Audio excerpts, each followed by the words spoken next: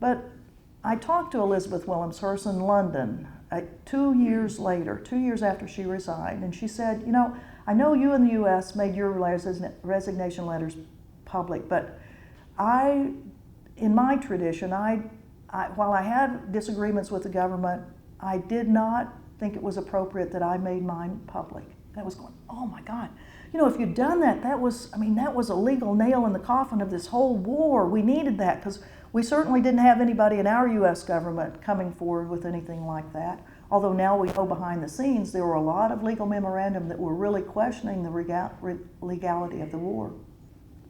Well, it turned out that the defense attorneys of Katharine Gun somehow had gotten a copy of her resignation letter, of Elizabeth Williamshurst's resignation letter, and they gave it to the defense, or to the prosecution, to the British government, and said, this is a document we will be presenting in court tomorrow as a part of the rationale of why it was important for Katharine Gun to let people know about these illegal things going on in the government, because the whole operation was illegal. And here's a letter of resignation from a respected senior lawyer of the government that says so. Well, the British government did not want that to come forward, and so they were willing to sacrifice this case that they had put so much time and effort into, this case that was going to send this young woman to jail for a long time, and they folded it. That's pretty dramatic. Some other dramatic things that happen, how about in our military? Men and women that join the military, but then they say, I didn't join it for this. I didn't join to go kill people that didn't have anything to do with 9/11, invading a country that had not harmed the United States. That's a difficult one, isn't it? I mean, they volunteered to go in the military, and you'd think, well, they know what they're doing when they volunteer. But how many of you all have friends and colleagues in the military, and you think maybe when they joined, they really didn't understand the full impact of what they were doing? That maybe they joined just to go to college. Maybe they joined because the family situation, they just wanted to get out of there. Maybe they joined like for the reasons I did.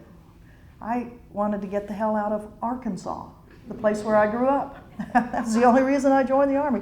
We didn't have a military tradition in our family. The choices were very honorable choices, being a school teacher, a homemaker, a nurse, secretary.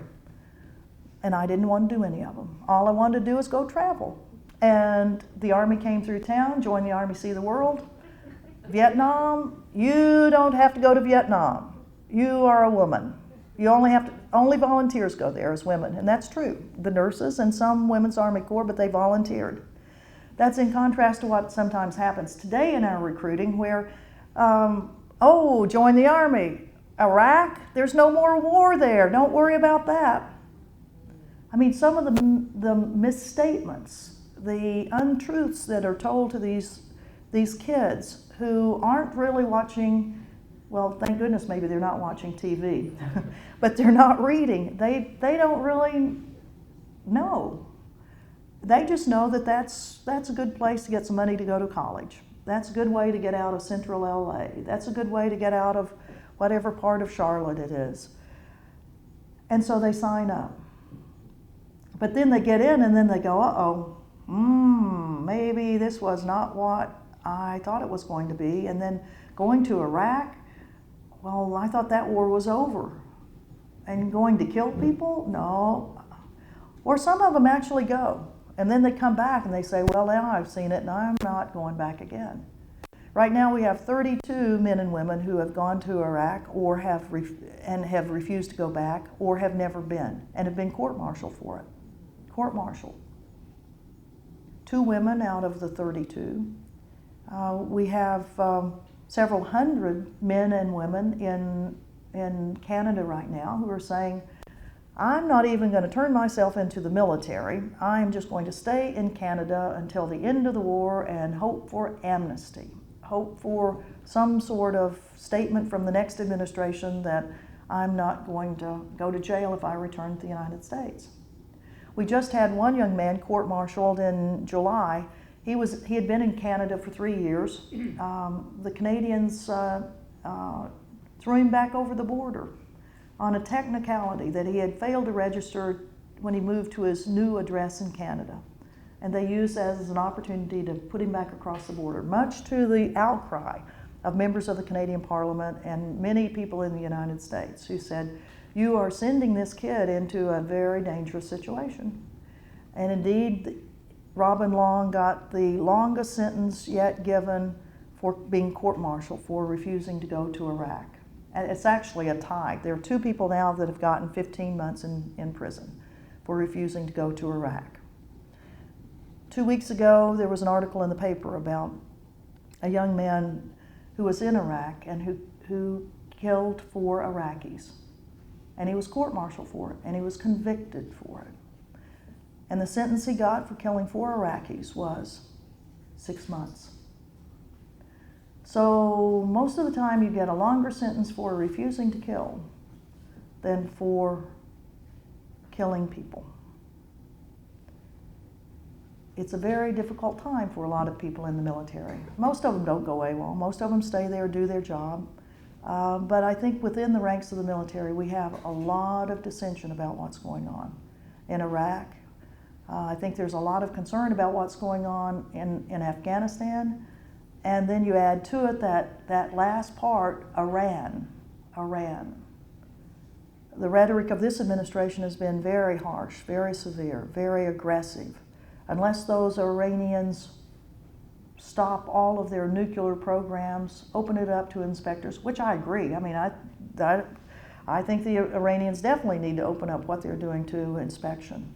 But I think one of the reasons that they are playing this cat and mouse game with the international community is that it's a defensive mechanism. It is a tried and true way to keep the United States from maybe attacking them. Maybe. On one level, you could say, well, that's exactly the reason that the United States has this rhetoric of we keep all the military options on the table because we may have to go after them, because they may attack. Well, let's see. In the last presidential debate, it was Israel. Well, let's see. Now, the Iranians have not attacked anyone that I know of. They did take our embassy hostage in 1979, and 55 of my diplomatic colleagues were held for 444 days. Let's see, but that was after the overthrow of the Shah that the United States had put in, after we overthrew the elected government back in 1953. Who has gone after nuclear facilities? Let's see, I guess it's Israel. Israel has taken out facilities in Iraq and in Syria, saying it's in their national defense to do that. I think we have a 4-star admiral who essentially did in his own career by saying to the world, he was just by chance the U.S. chief of all U.S. forces in the Middle East, the head of the U.S. Central Command, Admiral Fallon. He essentially gave up his career by warning us in public that the administration, well, what he said was, while I'm head of U.S. Central Command, there is no need for a military option. We need to be working with diplomacy on all issues concerning with Iran. And under my watch, we won't be doing military operations. Oh my God, 4-star general, 4-star admiral saying that, and what was the administration's policy?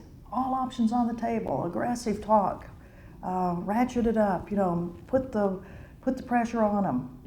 And here you have a 4-star admiral that spoke up, in contrast to what happened before the Iraq War. None of them were speaking up in that way.